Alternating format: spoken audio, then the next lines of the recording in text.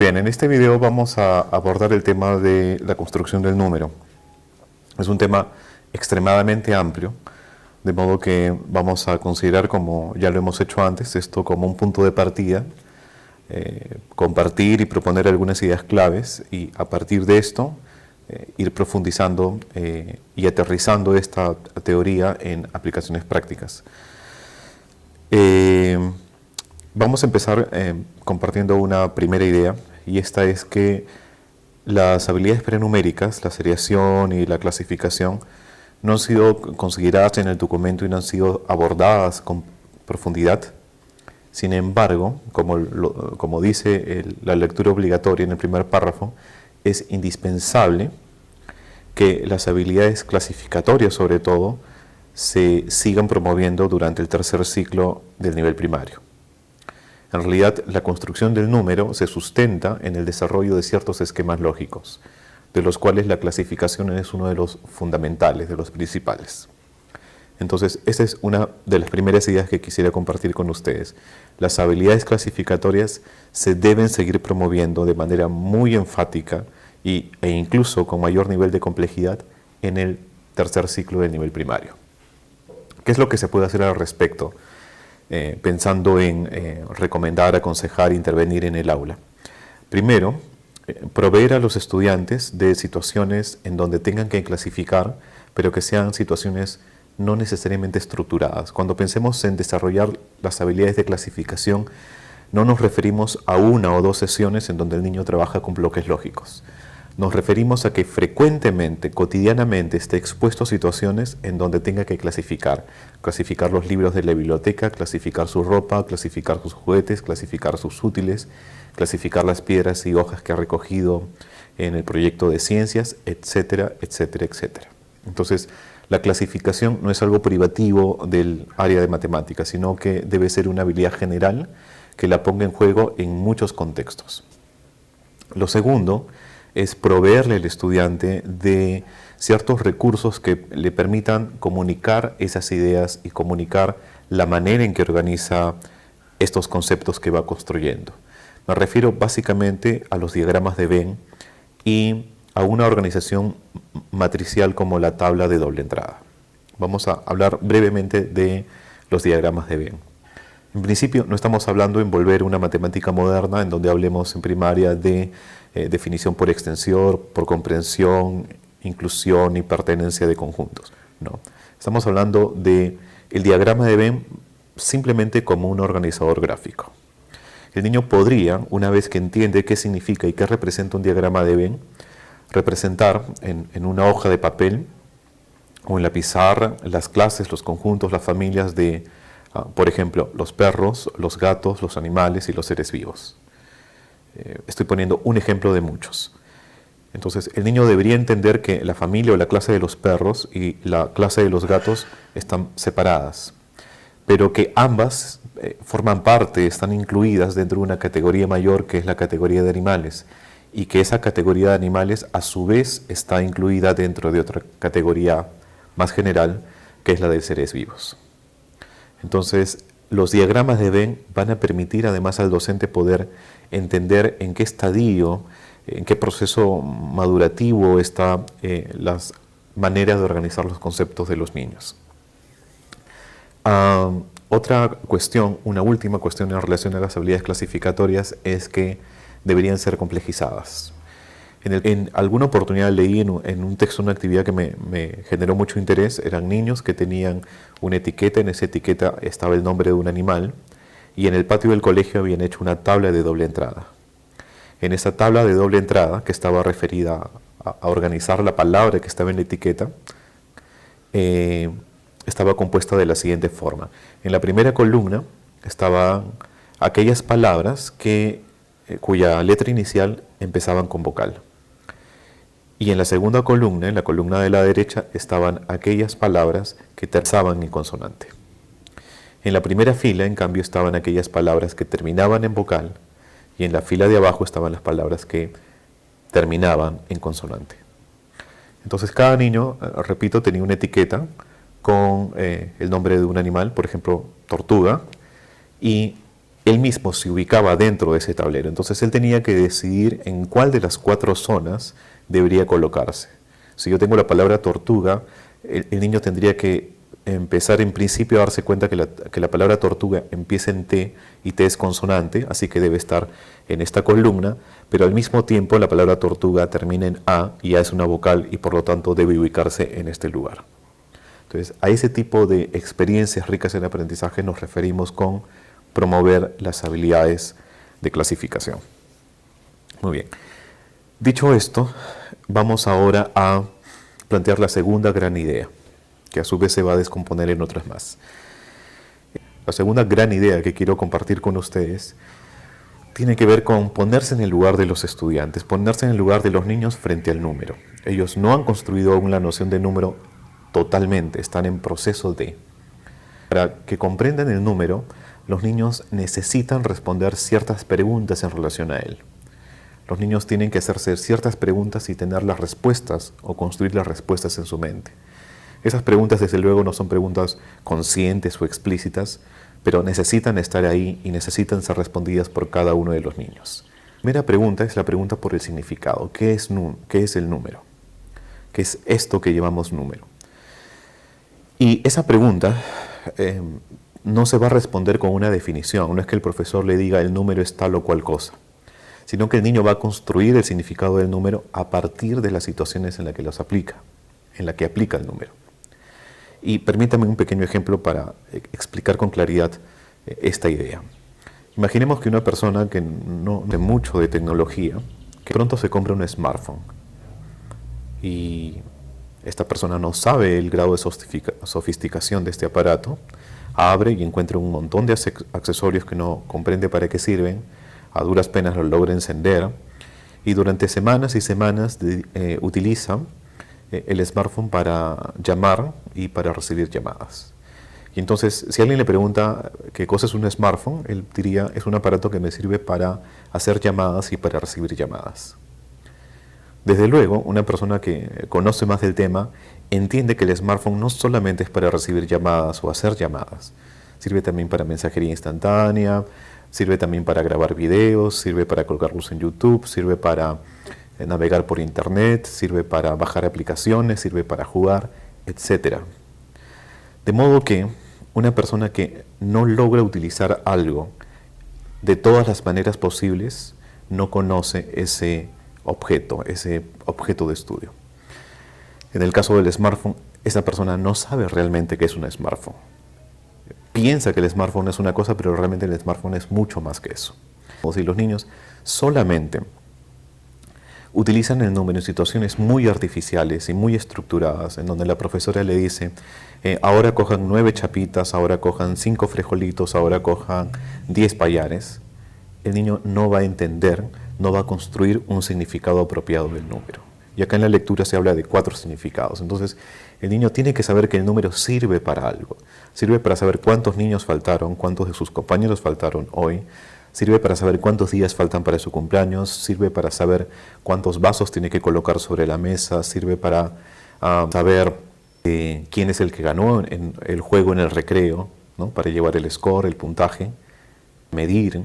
Y sirve para describir las edades, para describir los miembros de la familia, etcétera, etcétera, etcétera. Entonces, esto es teoría, pero la tarea de usted como especialista y como acompañante pedagógico es precisamente ir pensando en escenarios como este. ¿Qué escenarios usted podría proponer al docente en donde el uso del número tenga significado? Entonces, la primera pregunta que el niño tiene que responder es la pregunta por el significado. ¿Qué es el número? La segunda pregunta, más que una pregunta, es un recurso que el niño tiene que adquirir. Ese recurso tiene que ver con que el número es una idea, y en tanto es una idea, es una cuestión abstracta. Por lo tanto, para compartir esa idea, él necesita un mecanismo, un medio para representar esa idea. Entonces, aquí tenemos una perfecta oportunidad de aprender lo que hemos de utilizar lo que hemos aprendido en la primera semana. Hay conocimiento matemático, hay conocimiento físico y hay conocimiento social. Y el conocimiento social es arbitrario. Pues bien, la manera en que nosotros representamos a los números también es arbitraria. Y tenemos que ser autocríticos, pero durante muchos años hemos hecho mal las cosas y hemos, en algunos casos, de manera inconsciente, hecho creer a los niños que, por ejemplo, el número 5 es el símbolo que utiliza, la grafía que utiliza para representarlo. Entonces, la segunda idea que quiero compartir con ustedes es que los niños deben entender que la representación de un número no es única y que el 5 se puede representar de muchas maneras. Y otra vez, pensando en la relación entre esta cuestión teórica y la práctica, piense de qué manera nosotros podríamos diseñar sesiones de aprendizaje en donde el niño tenga la oportunidad de creativamente representar números de muchas maneras diferentes. Pensemos otra vez en el 5. ¿De qué otra manera podríamos representar el 5? Por ejemplo, un niño podría decir dibujando una mano. El docente debería preguntar por qué, aunque ya anticipe por qué, es bueno que lo pregunte. Y el niño podría argumentar que, bueno, una mano podría representar muy bien el 5 porque en una mano hay 5 dedos. Otro niño, por el contrario, podría decir, yo he visto que en los dados siempre el 5 se representa así, entonces pone los puntos en la disposición usual en un dado. Otro niño podría decir, yo recuerdo que mi hermana cuando juega con sus amigas al vóley y quiere llevar la cuenta, cuando quiere decir 5 pone 4 palitos y uno atravesado y eso representa el 5. Entonces los niños tienen que creativamente entender de que el número 5 no es el símbolo, que el número 5 es una idea que la puede representar de muchas maneras. Estoy pensando, por ejemplo, en crear, pensando en qué cosas usted podría sugerirle al docente, crear especies de naipes en donde los números estén representados de maneras diferentes y jugar a este juego que se llama memoria, en donde uno levanta las cartas y si son iguales, entonces se las va quedando. Entonces el niño levanta un 5, que es un 5 como el dado, levanta otro 5 y ese 5 es una mano y se da cuenta que, aunque en apariencia son diferentes, representan el mismo número y entonces se queda con esas tarjetas, ¿no? Entonces, la primera pregunta es la pregunta por el significado. Lo segundo que el niño tiene que hacer para comprender el número es poder representarlo de múltiples maneras. Lo tercero que tiene que aprender el niño es a establecer comparaciones entre los números. Eso de repente no podría parecer tan relevante, pero uno no puede conocer algo, uno no puede conocer a los números si es que no sabe entre dos números cuál es el mayor. Eso es evidente. Si no es evidente, vamos a poner el mismo ejemplo, pero en el caso de las fracciones. Si yo quisiera saber qué tanto sé de fracciones, yo tendría que, entre otras cosas, aprender mínimamente que entre un medio y un quinto, la fracción más grande es un medio. Porque me imagino que es una torta dividida en dos partes iguales y me he comido una tajada, y que esa tajada es mucho más grande que si a la misma torta la divides en 5 partes, porque las tajadas serían más pequeñas. Yo no puedo decir que sé fracciones si es que no puedo saber quién es mayor, un medio o un quinto. De la misma manera, un niño difícilmente puede construir el número si no sabe si es mayor el número 5 o si es mayor el número 8. De modo que es importante que se desarrolle también la habilidad de comparación. Y nuevamente hay muchos juegos, especialmente con naipes, en donde se puede trabajar ese tipo de habilidades. Por ejemplo, puedo tener 2 montoncitos de naipe. Es como para jugar nervioso, no sé si han jugado ese juego. Cada niño frente a frente se sienta y levanta una carta y la pone encima, frente a la otra carta del niño. Y entonces comparan y el que tiene la carta más grande, pues se lleva las dos. Es un juego simple, pero para las edades de los niños es un juego divertido. Es más, si usted quiere, puede ir complejizando el juego. Usted podría pedir que cada niño levante 2 cartas al mismo tiempo y luego que sume las cartas, y el que tiene la suma más grande gana y se lleva las 4 cartas. Y ahí tiene una nueva variante. Entonces hay que ir entendiendo, y creo que está usted de acuerdo conmigo, en que la teoría no es esta cuestión gaseosa que uno lee en los libros pero que no es aplicable. La teoría, y por eso yo quiero ser enfático con 5 o 6 grandes ideas, es lo que guía mi actuación como especialista o como acompañante. De tal manera que si tenemos claro 6 o 5 principios, eso va a permitir tener el suficiente criterio para crear y diseñar nuevas estrategias, nuevas metodologías, nuevas aproximaciones, nuevas intervenciones en el aula. Muy bien, entonces hasta el momento hemos trabajado el tema de las habilidades clasificatorias, pero ya entrando al tema de la construcción del número, ya hemos dicho que los niños deberían primero usar los números en muchos contextos y en todos sus significados. Lo segundo es que tenían que aprender a representarlos y entender que la representación es algo convencional, así que pueden representarlo de muchas maneras. Lo tercero es que los niños tienen que establecer comparaciones entre los números. Y lo cuarto viene a ser una profundización de este tercer punto. El niño no solo tiene que establecer comparaciones, sino tiene que establecer la mayor cantidad de relaciones entre los números. Y voy a poner un ejemplo muy claro de cómo los niños necesitan aún aprender a relacionar los números. Cuando usted a un niño le pide, por ejemplo, dame 5 lápices de tu cartuchera, 5 colores de tu cartuchera, y el niño cuenta 1, 2, 3, 4, 5, y a continuación usted le dice, no quiero 5, quiero 6, lo que muchos adultos piensan es que el niño va a coger un color más y se lo va a agregar al montón de 5. Pero en realidad lo que los niños hacen, los niños pequeños, lo que hacen es volver a contar 6 colores.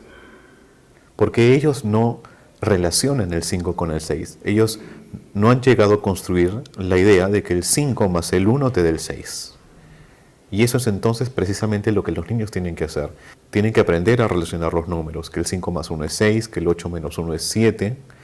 Y unas relaciones especiales tienen que ver con lo que se denomina composición y descomposición.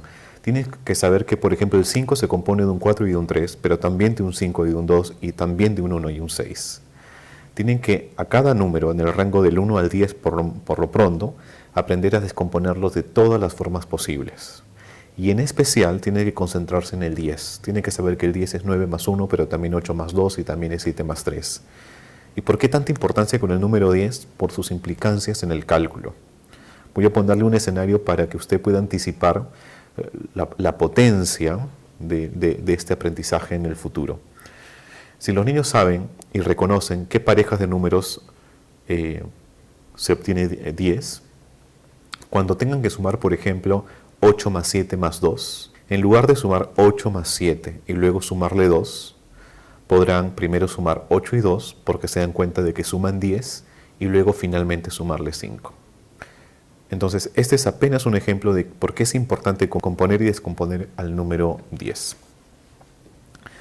Finalmente, la quinta pregunta, la quinta cuestión en torno al número que el niño tiene que conseguir, tiene que ver con cómo los números se transforman. Si yo a un 5 le agrego un 3, ¿qué cosa se produce? ¿Qué ocurre cuando eso pasa? Pues estamos en el campo de las operaciones. Los niños tienen que aprender a operar con los números, a saber que 5 más 3 me da 8 y que 8 menos 2 me da 6, por poner un ejemplo. Entonces, esto a grandes rasgos es el panorama que nosotros tenemos que tener claro cuando nosotros querramos intervenir y acompañar a los docentes. Esto, creo que he insistido una y otra vez en el asunto, no es una teoría alejada de la realidad. Y tampoco se trata de que nos empapemos con demasiada teoría, demasiadas lecturas, sino que con poca información, pero información fundamental, clara, precisa, nosotros podemos hacer muchísimo. Entonces tenemos como participantes de este curso, como acompañantes y como especialistas, 6 tareas concretas. Primero, desarrollar las habilidades clasificatorias. Segundo, usar el número en contextos que realmente sean significativos, en donde el número aparezca como la solución a un problema. Tercero, que los niños aprendan a representar e interpretar a los números. Cuarto, que los niños sepan comparar números, establecer comparaciones entre números, mediante juegos, por ejemplo, como los que había propuesto con algunos naipes. Quinto, aprender a relacionarlos. Y entre esas relaciones, una de las más interesantes era la que se daba entre un número y su sucesor o su antecesor. Me refiero a este ejemplo del 5 más 1 te da 6. pero también a estas relaciones de descomposición, en donde he sido enfático, hay que prestarle muchísima atención al número 10. Y finalmente, el último punto es que los niños sepan cómo los números se transforman, qué leyes gobiernan las transformaciones de los números, es decir, que sepa aprender a operar con ellos. En este caso, para el ciclo 3, el nivel primario, aprender a sumar y a restar con los números naturales.